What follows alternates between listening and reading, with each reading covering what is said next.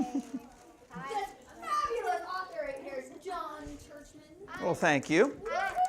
Some of you may have seen him today at Mary Hogan, where he did a couple of presentations for kindergarten through 3rd grade. I recognize some of you all. I do indeed. Those of you who did not get a chance to see him this morning, you are in for a treat. I suppose those who already saw him, you're in for a treat too. But John is here to share some of his work with us, his stories, his process, his art, his amazing genius. And Laddie is here as backup and to up the key back there. And eat your popcorn, but don't let him eat too much. No cookies. Yeah, chocolate's bad for dogs. Chocolates, no chocolate for dogs. Yeah. So John will be talking with us for a little while tonight, and then at the end there will be a chance for you guys to purchase books and get them signed. Sounds good. Good boy, Laddie. All right, John, take it away. Oh, thank you. Thank you. So good to see you all. Hey, I've got an echo. It is an echo. Trisha, can you do anything about that? I don't know. Let's see what sort of problem solving we can do here. Well, It sounds. well, I'll get used to it. What if you pull it down slightly?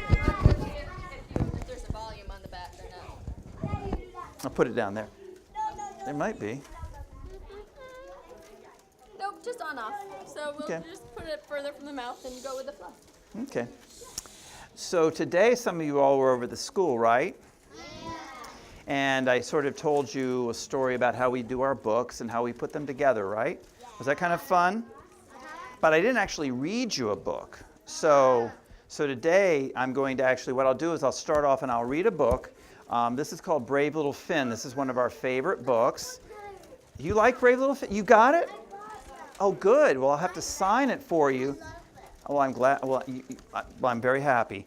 So I'm going to read to you from Brave Little Finn, and then maybe if we have a little bit of time, I'll show you some of that, what I did at the school today, which gives more of an overview of things and sort of talks about the process of how I make books. But I'll start with Brave Little Finn, and then we can also, anytime if we have some questions after, I'd be happy to answer some questions. So I am Farmer John. I'll put on my Farmer John jacket so I can be officially Farmer John. There are not a lot of times when you actually have book characters come in from a book, right? Did you see did the guy in yellow from Curious George ever show up? No. I don't know, was he real? That's the question. Okay. So, I wear this jacket every day to go do my farm chores, so frequently there's hay in my pockets and stuff from doing things, because I actually go down and I have to take care of my animals on the farm. So this is a story called Brave Little Finn. Now Finn, he was very, very ill. He was born and he was very, very ill, and I had to take care of him, and I actually had to sort of tube feed him for about 6 weeks to have him survive, because he was really very weak, but he made it, and right now he weighs about 200 pounds, and he's about this big, and he's the second biggest sheep on our farm besides Atticus, who's the biggest right now. So this starts here. So this says, one cold winter morning, a shy little lamb was born. We'll call you Finn, said Farmer John. He held Finn close, keeping him warm inside his green barn jacket. So you see there's... We're still here. Sorry. Yeah, you're much faster than I am here. So can you imagine that this barn jacket has held a lot of animals to kind of keep them warm, because he was really, really cold. It was like about one of those mornings when it's like 20 below. And lambs always get to choose to be born about 4 in the morning when it's 20 below. And you go down, you find them kind of frozen, and you have to kind of resuscitate them. So that's where this was started. So one cold winter morning, a shy little lamb was born. We'll call you Finn, said Farmer John. He held Finn close, keeping him warm inside his green barn jacket. Finn had been born early and wasn't as strong or as big as the other lambs. He shivered against the icy wind as they made their way up the hill to the warm farmhouse.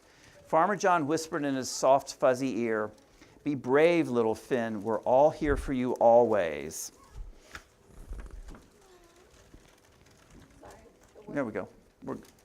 Now, you'll notice in our books, a lot of the characters are from one book or the other, because Finn is Sweetpea's brother, and he's 1 year. They're exactly 1 year apart. So Finn's big sister Sweetpea visited him every day, even when it was windy and cold. She would put on her favorite wool scarf and come up to the farmhouse to see how he was doing and tell him all the barn news. Now, some of you all have like a favorite scarf? Though I think it's only right that a sheep would have a wool scarf, don't you? Keep them warm. I mean, I think that's an important thing. Now, yes? You had a question?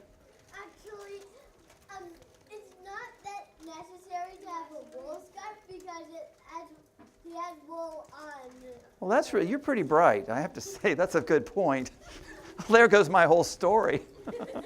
So, little Finn spent his days by the warm fireplace and made friends with the dogs and the new puppy. While living inside, he had to wear a diaper. Now, none of you all ever wore a diaper, right? Okay, well, anyway. Finn thought he might look silly, but all the dogs agreed he looked quite nice, because it's always nice to tell people they look nice, even if he thought he looked silly. But I thought he looked kind of nice. Now, Farmer John fed little Finn from a baby bottle. Maisie Grace, the border collie, taught him to drink from it. Now, none of you all ever drank from a baby bottle, right? Oh, okay. Well, good. So did Finn. On sunny days, he enjoyed curling up on a bed of hay in the greenhouse. As winter turned to spring, little Finn grew stronger. Now, you notice he's kind of smiling now? See? Well, of course they can. He was very happy. You can see he's getting a little bit better there. But actually, if you take a picture of a lamb, if you want to know how to take a picture of a lamb, you take a picture kind of low, and you'd be amazed how many animals smile when you take the camera a little lower and shoot up on them. They all kind of smile. One morning, he was finally ready to go outside and meet the other lambs. Finn was feeling nervous. What if no one liked him? Oh, be brave, little Finn, said Maisie Grace. I'll be here with you. Atticus, Meadow, and Hazel were excited. They could not wait to meet Finn and hear all about being raised in the farmhouse. They planned to show him the drinking pond first and then all around the pasture. So Maisie was going to help out and help Finn get all around. First, the lamb stopped at the pond for a drink. Finn bent down for a sip of cool water, but he was startled by a pair of bright green eyes looking back at him. What was that? Keeper the goose was floating nearby. Little Finn, she honked. Don't worry, that's just Pond Frog staying cool in the shade. He sings his beautiful songs for us each evening. So, have you all ever leaned over to like the water fountain to get a drink and there was a frog in there? No. Well, it could happen, you know. Did that happen to you one time? Okay. All right. Next, little Finn's new friends took him to the lilac bush. Hazel and Meadow loved lilacs and munched and munched, but Finn was unsure. He had never eaten anything purple before. What if they taste bad, he worried. Have any of you all ever eaten anything purple? I have. What? Grapes? Anything else purple? Just grapes? Any other purple things? Purple cabbage? Plums, see, you all have eaten purple. So it's really important when you're eating foods to try new things. So if something really purple that's fun comes along, you should try it. They're so sweet, said Meadow, her mouth full of purple flowers and green leaves. Oh, please try some, Finn. They're a special spring treat, said Hazel. He took just a tiny little nibble. They were delicious. And actually, lilacs aren't bad. You can try lilacs. They're kind of sweet. The next morning, little Finn felt something wet and cold on his wool coat. It was raining. He was scared. What should he do? Where should he go? He did not like being wet. Have you all ever gone out in the rain and gotten wet? You get sometimes it's okay to go out in the rain when you get wet, but other times it's like pretty cold. Puddle the duck was out early, splashing and flapping.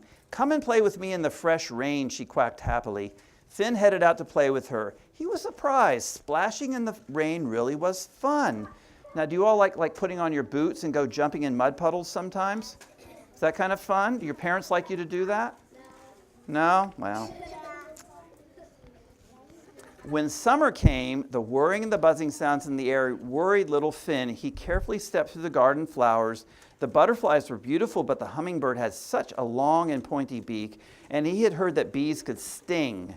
He saw his friend Atticus, who had stopped to nibble a rose. Now, no need to be worried about the things that fly and buzz, little Finn, said Atticus. They pollinate the plants, which helps Farmer John grow flowers, fruits, and vegetables. Finn looked up and smiled. Now, do any of you all know what type of butterfly that is? Monarch. And then we have a lot. This was the best year for monarch butterflies in about 10 years. So hopefully they're making a rebound, because they like to eat milk. Milkweed is their favorite thing. All right, where did they? Come see the big round bale of hay, the lamb said excitedly. In the fall, we'll play lamb on the mountain to see who can climb on top. All the lambs love watching Maisie Grace jump from one bale to the next. Oh my, worried little Finn, I could never climb that high. But fall was still weeks away. He hoped he would be brave enough by then. As he's kind of concerned, he's looking at that a little concerned. But you see who's down there in the bottom sleeping? Oh, Maisie. That's Laddie. There's Laddie, see right there, and there's Maisie up on the hay bale, and that's Atticus, and then there's the dragonfly over there. See that rather big dragonfly? Yes, it is. And there might be kind of slightly big flowers in this one too. One morning, little Finn looked out the barn door and noticed something new, a hat. The hat had not been there the night before. He quickly turned around and went back inside the barn and would not come out. Now, Sweetpea, who loved hats of all kinds, wearing her favorite bonnet, she gently urged little Finn to come out. Finn cautiously tried on the straw hat. This isn't so bad, he thought. He felt quite grown up. So when I was growing up, a lot of my stories are based on things that happened to me. And when I was growing up, I was very shy. None of you are shy, are you? I'm not shy. No, I know you're not shy. I can tell. But I was really kind of shy when I was growing up, and I remember it was a really big deal for me to wear a hat. You might find that strange, but I used to like wearing hats, and I remember being very embarrassed about wearing my hat. So a lot of the stories that happen in these books actually tie back to things that happened when I was younger, or my wife, who actually generally writes the stories, will talk about them, but they kind of go back to there. So I was shy, so that kind of came out in this story. Early the next day, while taking a morning walk with Laddie the sheepdog, little Finn noticed a large web. Then he saw a spider. Oh, spider webs are so scary, Finn whispered to Laddie. Now, there's no need to fear Miss Spider, said Laddie. She's an artist weaving her web. Look how pretty it is. Little Finn studied the intricate web sparkling with the morning dew. He was not so afraid anymore. Now, in October, when we start to get those heavy morning fogs, do you ever guys go out to go get the bus or go to school, and you see the spider webs out in the fields, and they'll all be dotted with the beautiful little dots? And if you go look really close, you'll see that the dots form perfectly little things, and that's like looking at nature and seeing where you can get inspired by that. Finn peered inside the darkness of the old barn and saw something else strange. Was that a monster hiding in there? He ran as fast as he could and bumped right into Sadie the pony. Sadie gave a soft neigh. Oh, little Finn, that's just old Ford the tractor. He's resting in the barn after a long summer of farm work. He pulls the wagon that holds all our hay for winter. Finn loved eating hay. Still, he stayed away from old Ford. Now, if any of you all can come visit us on the farm, and old Ford lives on the farm, so he's right there. I've got to put him away for winter right now. One cool fall night, little Finn could not sleep. Soon it will be time to climb the big round bale of hay, and he didn't feel ready. That's kind of like taking a test, Later on you'll take a test, and you might not feel ready, but you still got to do it. Even the sky looked scary. As the full moon rose high, Finn saw it get covered by a dark shadow. His knees started to quiver. Why is the moon getting dark, he whispered to Grandfather Snow, the wise old ram. That, my young Finn, is a lunar eclipse, said Grandfather Snow. You are a lucky lamb to be awake for this rare and wonderful sight. Well, I don't feel lucky, said Finn. I'm afraid of everything. But what happens when you get scared? Well, my friends are there to help me, said Finn. Grandfather Snow smiled and he drifted off to sleep. Now, we had a lunar eclipse in September when I was making this book. And that's where the story all came from, that part about the lunar eclipse. Tomorrow was a big day. Finn was still nervous, but knew he would have to try his best. He thought about all his friends, especially Maisie, Grace, and Atticus, and how they would be cheering him on. Finn felt just a little bit brave.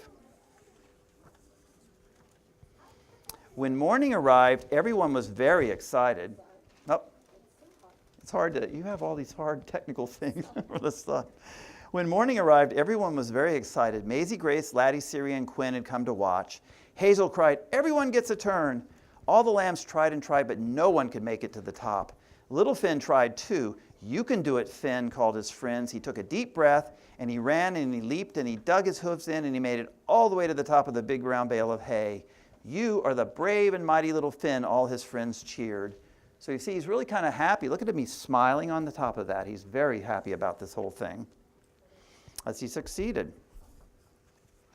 That night, as he was enjoying his bedtime snack and lay down to sleep in the barn with his friends all around, little Finn remembered the promise Farmer John had whispered in his ear.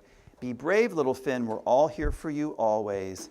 He felt very brave and loved because he knew it was true. His friends would be there for him, and he would be there for them too. And that is the end of our story. So I hope you enjoyed that. So we have any questions? I see one in the back there. Did he actually climb the hay bale? They asked me these questions. Actually, you know who really climbs the hay bales and loves climbing hay bales? Is Maisie and the dogs. And they actually do climb hay bales. They play a game called Lamb on the Mountain, or Lamb on the Hay Bale. And when you get a bunch of lambs, they'll jump up and they'll jump up and they'll knock each other off. And goats do it too. So they do actually climb hay bales. This one, we actually helped little Finn get up on that particular hay bale because it was really tall for the shot. But he does climb on hay bales. But that's a good question. Your question?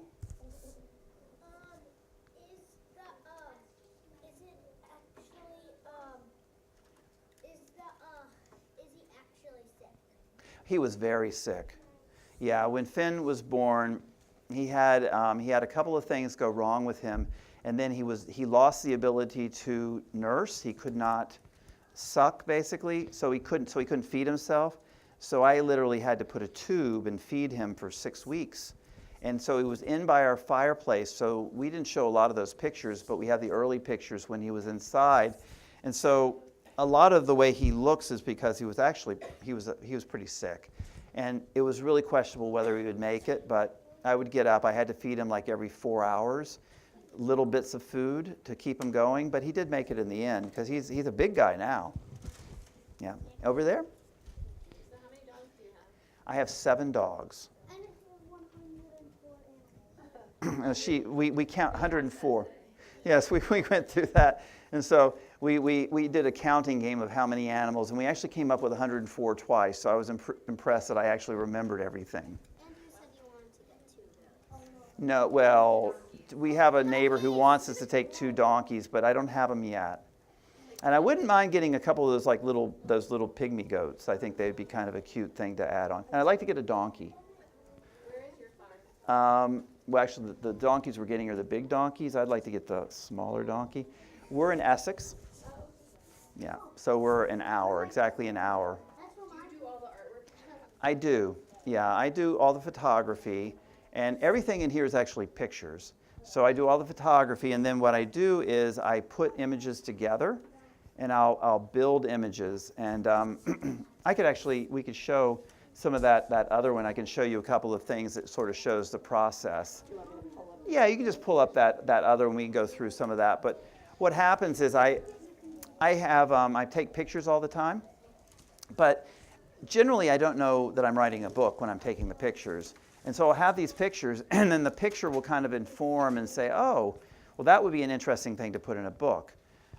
So that's kind of the process. So I'll take the pictures and I'll add like a picture from here. So they'll come from different times, and then I put them all together to make tell the story.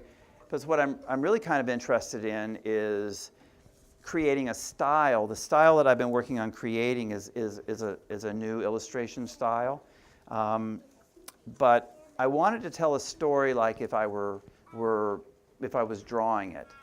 And I wanted to be, sort of create an atmosphere and create this quality about it. So that's kind of the approach. So what we had here was the presentation I was giving to them earlier, is like this particular picture that I took here was when Sweet Pea was sick and she was in the greenhouse, and she would stick her head out the window when I'd come by because they always loved to eat. So I took the picture, and my wife Jennifer and I it was like a late January in Vermont, and you're thinking like, well, what should we do? And she said, well, why don't we do a children's book? And just sort of said, well, I always wanted to do one. She loved children's books, and I love children's books. So we had this particular picture, and so that ended up becoming that became, the cover.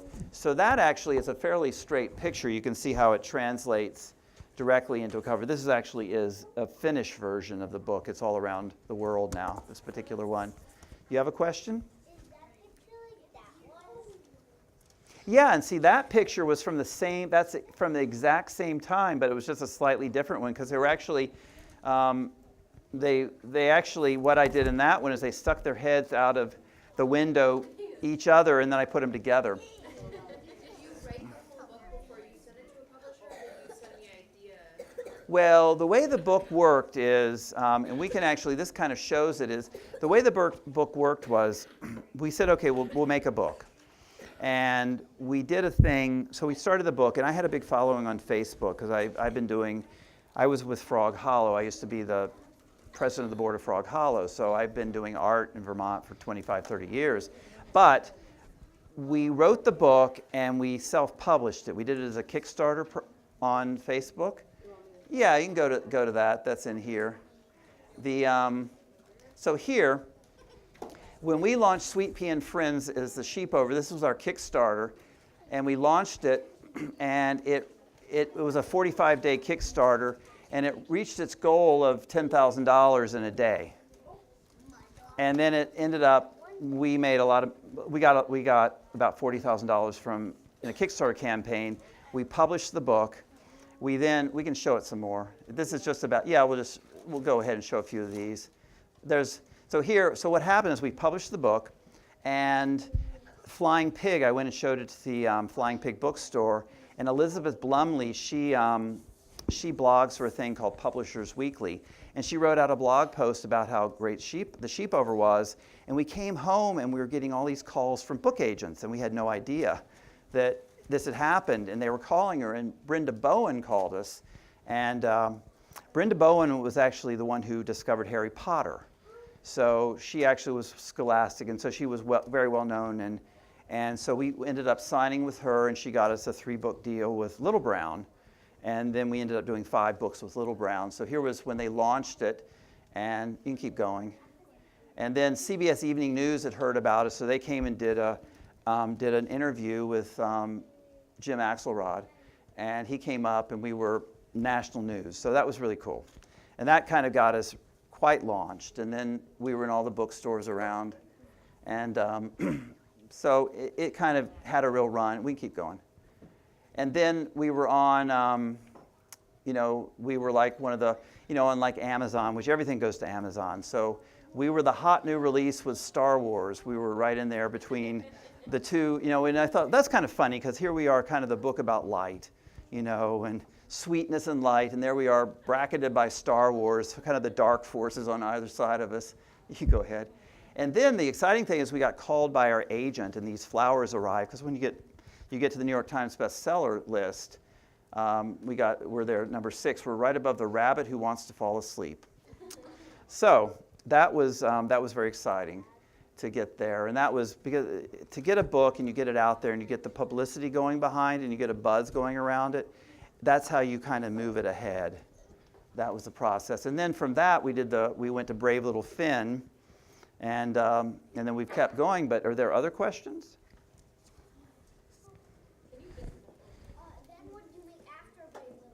Well, I'll go ahead and show you what I'm doing. Can I do that? Would that be good?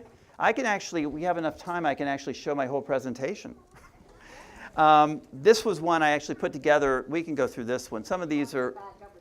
No, just go forward. Just keep going.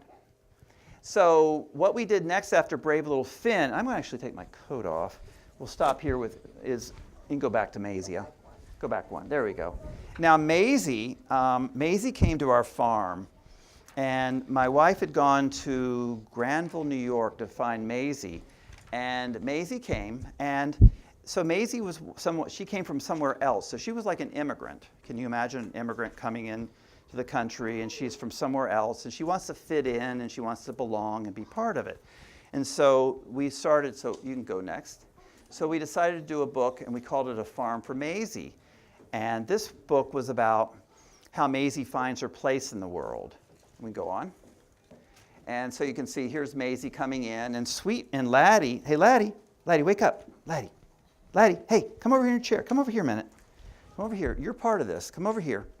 So Laddie, of course, he gets to figure in, so he greeted Maisie when they came. And the way we put the books together is, you see this one, that's the actual picture of Laddie meeting Maisie, and then Farmer John. And then that picture, of course, is Sweetpea and Sonny looking out the window at them. But we kind of put those together to build the book. You can go to the next one. But when you're doing a book, and you don't know you're doing a book, but you find an image that speaks to you, because I shoot things all the time. We had gone on a walk in the woods with Maisie when she was first there. I was snowshoeing. It was that winter then we had about 2-3 feet of snow on the ground, about 3 years ago when she was a puppy. And she was bounding in the heavy snow, and her feet were cold, and she got all cold. And so I came back and picked her up, but the look on her face here, this was kind of what we launched the whole book around, was that picture of Sweetpea and this of Maisie, and this look she had of just like, she was kind of that look, she'd look up at you, and she still does that. But it's a really sweet way she is. So this was kind of one of the images that led to the whole creation of the book. You can go on. So anyway, so A Farm for Maisie went out and was our third book, and you can see it was a #1 new release on Amazon. You can go ahead. And anyway, there's Maisie at one of the visits. She would go, when we did The Farm for Maisie, she went to all the visits, and she's a great one to come. She's home now because she's got to take care of things. She's got to take care of the animals on the farm because everybody's got their jobs, and she likes to stay home a little bit more than she likes to go to events. Whereas Laddie, you tell him he's going to go work. This is to him is going to work. Is coming out here and eating popcorn. So we can go on. So then we got into alpacas. And we had somebody who needed to find a home for their alpacas, so we ended up getting a bunch of alpacas. And once you have alpacas, you know where I'm trying to think, Seuss gets a lot of his characters. If you ever look at the characters he draws with the ears and the hair and all, I think they come from alpacas. But we can go on now. So from that, we decided to do a book called Alpaca Lunch. And and it was funny, we were doing it today, and some of the kids were like, Alpaca Lunch. Oh, so they kind of got how the pun. Yeah, did you do that with her? You figure that out? Alpaca Lunch, Alpaca my lunch, Alpaca a lunch, Alpaca Lunch. See, you could be Alpaca Lunch or Alpaca a lunch. It's kind of a pun. And we'll go to the next one. So there's little Poppy the alpaca, and we keep going. Now, I'll show you this picture here from Alpaca Lunch. And this is another one of those pictures that kind of, a lot of my books, I'll find a picture that I really like, and then that becomes a spread. That's what launches a spread. So in this particular one, you can see how that one worked in here. You see and I don't think Blaze, the puppy, really was that excited about eating these things. He was kind of more like, yeah, it just doesn't taste very good. But we kind of wrote him into the story that he was trying dandelions. So a lot of the pictures that you see, the pictures really do occur. I don't put dandelions on their tongue. That's just how I took the picture. But that picture kind of was one of those things that I always thought, this would be a really cool picture to figure out how to do this in a book. So that's where that fit in. So we can go on. Now you can see Blaze is an adult. He's a very good-looking fellow now. I took that. That's just from last week. And then going further, a lot of the stories are, you can see this is Ariana and Poppy, and she's imagining all the fruits and vegetables that she ate over the summer because she's kind of concerned in Alpaca Lunch what she's going to eat once it gets cold. because it's gotten cold now, so she's really concerned about her food, and her mother's telling her about all the good food she ate during the summer and that things will be okay. We can go on. And then I always like this picture.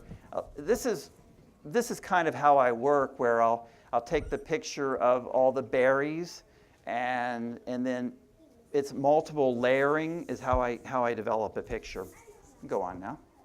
And then this was from Amazon, was the #1 new release in children's country life books. And go on. And now, what I'll do is I'll share with you what we're doing. Our next book is called The Easter Surprise. It comes out February 12th of 2019. So it's coming out in 3 months. We'll be releasing that. We're going to do a pre-order, and hopefully the bookstore here will sell it as a pre-order item, right? So you can pre-order here, and what we'll do is we're going to make a book plate that goes with our book, and we're going to number and sign the book plates. So at some point you'll have, you could get, 100 of 1,000 of the first limited edition books. So it's kind of a collector's fun thing, and the book costs the same whether you get the book plate or not. So it's just something we've done with all our books. So Fern we have 3 rabbits on the farm, and Fern is a little lop-eared, and she goes around and she's going on an adventure, because everybody goes on adventures on the farm. So we can go on. And she finds the squirrels in this one. This was kind of a cute one. I'll read this one. As she passed the old maple tree, Fern heard 2 squirrels chittering to one another.